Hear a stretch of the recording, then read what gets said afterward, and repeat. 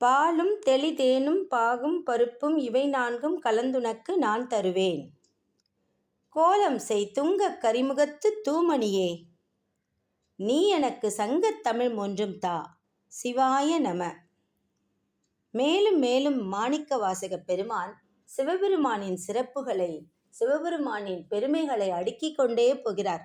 அப்படிப்பட்ட சிவனை நீங்கள் காண்க அப்படின்னு மீண்டும் ஆசிரியராக நமக்கு இறைவனின் பெரும் இயல்புகளை சுட்டிக்காட்டி நாமும் காண வேண்டும் என்று நம்மை அழைக்கிறார்.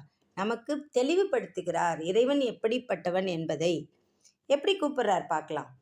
பரமன் காண்க, பழையோன் காண்க, பிரமன் மால் காணா பெரியோன் காண்க, அற்புதன் காண்க, அநேகன் காண்க அப்படின்னு சொல்றார். பரமன் அப்படின்னா நம்முடைய ஐம்புலன்களால் கண்டுபிடிக்க முடியாத, அறிய முடியாத, எட்டாத இறைவன் அப்படின்னு அர்த்தம். பரமசிவன் எப்படிப்பட்டவர்? பிரபஞ்சத்திற்கு அப்பால் இருப்பவர். அப்புறம் பழையோன் காண்க, புராணன், அவர் மிகவும் தொன்மையானவர், அப்படிப்பட்டவர் அப்படிங்கிறதையும் நாம் தெரிஞ்சுக்கணும்.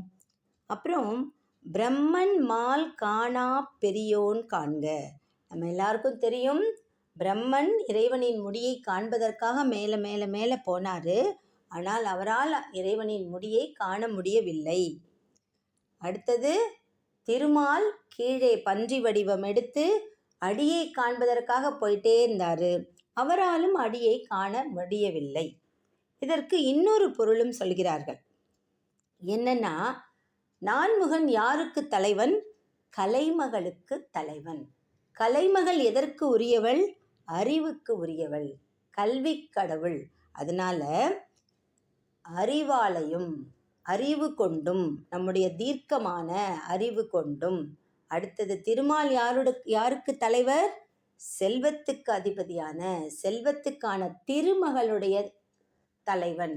அதனால செல்வத்தாலும் மனிதர்கள் ஆகிய நான் ரொம்ப அறிவாளி, நான் ரொம்ப புத்திசாலி, நான் நிறைய படிச்சிருக்கேன், நான் ரொம்ப ரொம்ப பெரிய அறிஞர் அப்படின்னு நம் அறிவினால் ஆணவம் கொண்டு அந்த இறைவனை அடைய முடியுமா அப்படின்னா முடியாது. ஏன்னா அங்கே அவங்க பறந்து மேலே போனாங்க, இவர் கீழே போனார். அப்படிலாம் மனிதர்களான சாதாரண அற்ப பிறவிகளான நம்மளால முடியாதே. இப்போ நாம் எப்படி இறைவனை அடையலாம் அப்படின்னு இவர் சொல்கிறார் நமக்கு. அப்போ நாம் அறிவால் அடைஞ்சிட முடியுமா அப்படின்னா முடியாது. அடுத்தது திருமகளின் தலைவன் அல்லவோ மகாவிஷ்ணு, அவராலையும் அடைய முடியலையே. அதனால மனிதர்களாகிய நாம், என்கிட்ட பணம் இருக்குது, நிறைய பணம் இருக்குது, நான் அப்படியே பார்த்துருவேன் அப்படின்னா அப்படியெல்லாம் நாம் இறைவனை பார்க்க முடியாது. அப்படியெல்லாம் செல்வத்தால் இறைவனை அடைய முடியாது. அதெல்லாம் நல்லா ஞாபகம் வச்சுக்கோங்க அப்படின்னு நமக்கு இவர் சொல்கிறார். பிரம்மன் மால் காணா பெரியோன் காண்க. அப்படிப்பட்ட பெரியவர், நான்முகனாலும் விஷ்ணுவாலும் காண முடியாத பெரியவர். நாமும் நம் அறிவு கொண்டு, செல்வத்தை கொண்டு அறியலாம் அப்படின்ற அறியாமையில் இருக்க வேண்டாம் அப்படின்னு சொல்கிறார்.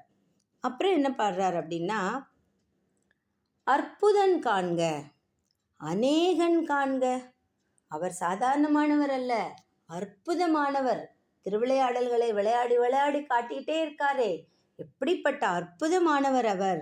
வியந்து பார்க்கக்கூடியவர், பிரமித்து பார்க்கணும். இந்த நேரம் இப்படி இருப்பார், அந்த நேரம் அப்படி இருப்பார்னு சொல்லவே முடியாது. ரொம்ப அற்புதமானவர், அவரை காண்க அப்படிங்கிறார். அநேகன் காண்க. முன்னாடியே நம்ம பார்த்துருக்கோம் ஏகன் அநேகன் அப்படின்னு. திரும்பவும் சொல்கிறார் அநேகன் காண்க. அவர் எப்படிப்பட்டவர் தெரியுமா? இந்த உலகத்தில் இருக்கிற ஜீவன்கள் எல்லாம், விலங்குகளாகட்டும், பறவைகளாகட்டும், ஊர்வனாகட்டும், நீர் வாழ்ந்த ஜீவன்களாகட்டும், மனிதர்களாகட்டும், அசுரர்களாகட்டும், தேவர்களாகட்டும், எல்லாருமே முரண்பட்ட தன்மை உள்ளவர்களாக இருக்கிறார்கள். ஒவ்வொருத்தவங்களும் ஒவ்வொரு மாதிரி இருக்காங்க. ஆனால் இவர் எப்படி இருக்காரு? எல்லா ஜீவன்களுக்குள்ளும் இருக்கிறார். அதனால எங்கு பார்த்தாலும் அவரே. அநேகன் காண்க அப்படிங்கிறார். அவர் ரொம்ப ரொம்ப வியப்புக்குரியவர். அது மட்டுமல்லாமல் எண் நிறைந்த வடிவங்களை எடுத்திருப்பவர். அதையும் நாம் ஞாபகம் வைத்து கொள்ள வேண்டும். அவரை காண்க அப்படிங்கிறார். அப்புறம் சொல் பதம் கடந்த தொல்லோன் காண்க அப்படிங்கிறார். இது சொல் பதம் அப்படின்னா சொற்கள் இருக்குது, அந்த சொற்களுக்கெல்லாம் கடந்தவர். இப்படி அப்படி இப்படி அப்படின்னு தான் ஆரம்பத்துலேருந்து சொல்லி சொல்லி பாடி பாடி பார்க்குறாரே. ஆனால் அப்பவும் நமக்கு திருப்தியே வரல. அவ்வளோ உயர்வானவராக இருக்கார். நமக்கு தெரிந்த சொற்களையெல்லாம் தாண்டி இருக்கார். அப்புறம் பதம், பொருள், இன்ன பொருள் இப்படித்தான் அப்படின்னு நம்மளால் அவரை இன்டர்பிரட் பண்ணவே முடியல, நம்மளால் விளக்கவே முடியல.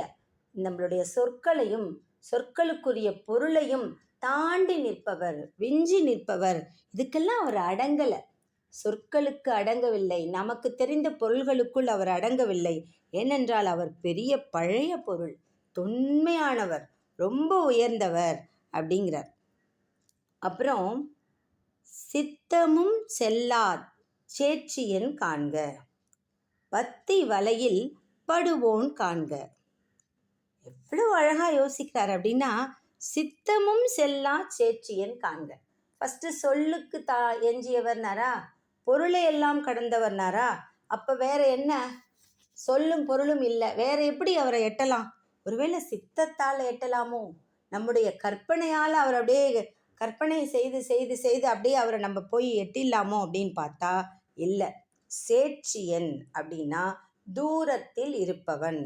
நம்முடைய கற்பனையால் இறைவனை அடைந்து விடலாம் அப்படின்னு நீங்கள் நினச்சோம்னா அங்கே சித்தமும் செல்லா, நம்மளையால் கற்பனை கூட பண்ணி பார்க்க முடியாத உயரத்தில், எட்டத்தில், தொலைவில், தூரத்தில் இருப்பவன் இறைவன். அப்படி அவ்வளோ தூரத்தில் இருக்கான். சரி, சொல்லுக்கு அகப்படாதவன், பொருளுக்கு அகப்படாதவன், கற்பனைக்கும் எட்டாதவன். அப்புறம் அவரை எப்படி தான் பெறுவது? அறிவாலும் பெற முடியாதுன்றோம், செல்வத்தாலும் பெற முடியாதுங்கிறோம். இப்படி எல்லாத்தையும் கடந்து நின்னா அவரை எப்படி தான் நம்ம பிடிக்கிறது? எப்படி தான் அவரை காண்பது அப்படின்னா ரொம்ப எளிமையாக ஒரு வழி சொல்கிறார் மாணிக்கவாசகர். சிம்பிளாக ஒரு வழி இருக்குது. அது என்ன அப்படின்னா, பக்தி வலையில் படுவோன் காண்க அப்படிங்கிறார். ரொம்ப ஒன்றும் கஷ்டமே இல்லை, அழகாக மனசு முழுக்க நீங்கள் பக்தி வலையை விரிச்சிருங்க அப்படிங்கிறார். இறைவனின் மீது தூய்மையான பக்தி கொண்டு, அன்பு கொண்டு உங்கள் இடத்துலையே இருந்துக்கிட்டு ஒரு வலையை விரிச்சிருங்க. எப்படி வேடெல்லாம் மான்களை பிடிப்பாரோ அப்படி பறவைகளை பிடிப்பாங்களோ என்ன பண்ணுவாங்க? ஒரு வலையை விரித்து வச்சுட்டு அப்படியே உட்காந்துருப்பாங்க, அவங்க இருக்கிற இடத்துல தான் இருப்பாங்க. அதுவாக பறவைகளும் மான்களும் என்ன செய்யும்? அந்த வலைக்குள்ளே தானாக மாட்டிக்கும். ஏன்னா அது அங்கே இருக்கிற அந்த சின்ன சின்ன மணிகள், அந்தந்த இறையெல்லாம் போட்டிருப்பாங்க, அது சாப்பிட்றதுக்கு வரும். அப்படியே அது வலைக்குள்ளே மாட்டிக்கும். இங்கே நம்ம அதை கூட போட வேண்டாம், நம்ம ஒன்றுமே செய்ய வேணாம், வலையெல்லாம் விரிக்க வேணாம். மனசுக்குள்ள பக்தியை பெருக்கி பெருக்கி பெருக்கி, இறைவனின் பால் இருக்கும் அன்பை பெருக்கி பெருக்கி பெருக்கி நம்மளை சுற்றி அப்படியே பக்தி வலையை அப்படியே விரித்து போட்டிருக்கேன். 2 இருக்குது. விரித்தல் அப்படிங்கிறது தமிழில் ஒன்று ஸ்ப்ரெட் பண்ணுறது, விரிக்கிறது. இன்னொரு விரித்தல் எக்ஸ்பான்ஷன். அப்படியே விரிச்சுக்கிட்டே போங்க. உங்களை சுற்றி நீங்கள் நம்ம எல்லாரும் என்ன பண்ணலாம்? அழகாக தூய்மையான அன்பை நம் மனத்துள் வைத்து கொண்டு சிவசிவா சிவசிவா சிவசிவா என்று அப்படியே பக்தியில் மூழ்கி நம்மை சுற்றியும் அந்த பக்தி வலையை விரித்து வைத்து கொண்டு நம்ம இடத்துலையே உட்கார்ந்துருக்கலாம். ஏன் தெரியுமா? அவன் பக்திக்கு ஆட்படுபவன், அன்பிற்கு கட்டுப்பட்டவன். எப்படி மான்கள் பறவைகள்லாம் தானே விழுதோ அதே மாதிரி இவன் என்ன தெரியுமா பண்ணுவான்? வலையில் படுவோன் காண்க. தானா அந்த வலையில மாட்டிக்குவான். ஏன் மாட்டிக்குவான்? அவனுக்கு அது ரொம்ப பிடிக்கும். எப்படி இந்த அம்மாவை பிரிஞ்சு இந்த குழந்தைங்க கொஞ்சம் தூரம்லாம் விளையாடிட்டுலாம் இருந்ததுன்னா திடீர்னு அம்மா இருக்கா அப்படின்னு செக் பண்ணும் சின்ன குழந்தைகள். அம்மாவை பார்த்தோன்னே வேகமாக ஓடி கட்டிக்கிட்டு அப்படியே கொஞ்சிட்டு திரும்ப போகும்.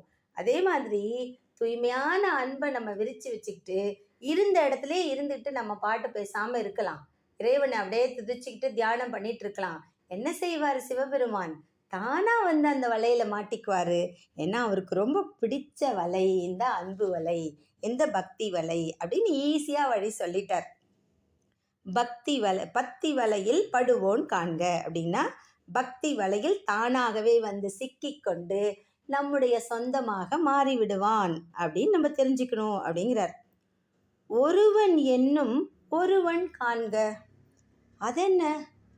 ஒருவன் சரி, ஒருவன் என்னும் ஒருவன் அப்படின்னா இறைவனுடைய ஒரு பெயரே ஒருவன் அப்படின்றார். ஏன் ஒருவன்? அவன் எல்லாவற்றிற்குமான ஒருவன். இந்த உலகில் காணப்படும் எல்லாவற்றிலும் அவனே இருக்கிறான். அதனால அவன் பெயரே ஒருவன். இப்ப சொல்லுவோம் இல்லையா, ஒரு பெயர் சொல்லி அவர்களான அப்படின்னு சொல்லுவோம் இல்லையா, அது மாதிரி இவரு ஒருவன் என்னும் ஒருவன், ஒருவன் என்னும் நாமம் கொண்ட அந்த ஒருவன், அனைவருக்கும் உள்ளே இருக்கிற ஒருவன், அனைத்தையும் கடந்து இருக்கும் ஒருவன். காண்க, அவரை பாருங்க. விரிபொழில் முழுதாய் விரிந்தோன் காண்க. அவர் என்ன பண்றாரு, அவ்வளோ அழகா இந்த உலகமாகவே விரிந்திருக்கிறார். ஒரு பொருள் என்னது இது, விரிபொழில், அழகா விரிந்திருக்கிறார். பார்க்கறதுக்கு ரொம்ப ரொம்ப எழிலுடையவராக இருக்காரு, விரிந்து இருக்கிறார். அவரை தவிர இங்கே ஒன்றுமே கிடையாது. அத்தகைய ஒருவனே உலகமாக, உலகில் எல்லாமுமாக விரிந்திருக்கிறார். இந்த உலகில் காணப்படும் அனைத்துமாக அவரே விரிந்திருக்கிறார். அதனால அவரை நீங்கள் பாருங்க, பாருங்க அழகா இருக்கார் பார்த்தீங்களா அப்படின்னு சொல்லும் பொருளுமாக உள்ளவன் உமாகாந்தன் என்றும் கூறப்படுபவன் அவனே. அவன் எப்படி இருக்கிறான், விரிந்து இருக்கிறான். அன்பர்களின் பக்தியில் தானே வந்து அகப்படுபவன் இவன்தான். ஆனாலும் என்னது, இந்த உலகத்தில் இருக்கிற அத்தனையிலும் தானாகவே விரிந்து இருக்கிறான் அப்படின்னு சொல்றார். அப்ப அவரை நீங்கள் காண்க. இந்த பிரபஞ்சமாக தோன்றுகிறான் அல்லவா, எங்க பார்த்தாலும் அவனே தெரிகிறான் அல்லவா, அவரை வந்து நீங்கள் காண்க. அவனை தவிர இரண்டாவது பொருள் என்பது இந்த உலகில் எதுவும் இல்லை, அதை நாம் அறிந்து கொள்ள வேண்டும். அப்புறம் என்ன சொல்றாரு, அணு தரும் தன்மையில் ஐயோன் காண்க அப்படிங்கிறார். அப்படின்னா ஐயோன் அப்படின்னா நுண்ணியன், இணைப்பு அரும் பெருமை அப்படின்னா சீர்தூக்க முடியாத மகிமை. அணு தரும் அப்படிங்கிறதுல என்ன சொல்றான்னா, அணுவை விட சிறியவன் அவன், கண்களுக்கே புலப்படாதவன். அதே சமயத்துல ஐயோன் காண்க, தனக்கு ஒப்பு ஓமை இல்லாதவன் அவன். இவனோட யாரோடையுமே இவனை நம்ம ஒப்பிடவே முடியாது. அப்படிப்பட்ட அணுவை விட சிறியவன், தனக்கென்று யாரோடும் ஒப்புமைப்படுத்த முடியாதவன் அவன், ஒப்பு உயர்வற்றவன். இணைப்பு அரும் பெருமையில் ஈசன் காண்க, ஈசன் என்று போற்றப்படுபவர். இணைப்பு அப்படின்னா இவருக்கு யாருக்கு இணை இவர் அப்படின்னா யாருக்குமே இணை இல்லை, எல்லாவற்றிலும் உயர்ந்தவர். அதனால இணைப்பு அரும் பெருமையில் ஈசன் காண்க. அவ்வளவு பெருமை பெற்றவர் அவர், ரொம்ப அரியவர், ரொம்ப அற்புதமானவர். இவருக்கு இணை இந்த உலகில் யாருமே இல்லை. அதனால அப்படிப்பட்ட இறைவனை காண்க அப்படின்னு சொல்லிட்டு இணைப்பு அரும் பெருமையில் ஈசன் காண்க என்று நம்ம ஈசனை காண சொல்கிறார். நாம் அந்த ஈசனை காண்போம், அவருடைய திருவடிகளை பற்றி கொள்வோம், திருவருளை பெறுவோம். திருச்சிற்றம்பலம், திருச்சிற்றம்பலம், திருச்சிற்றம்பலம்.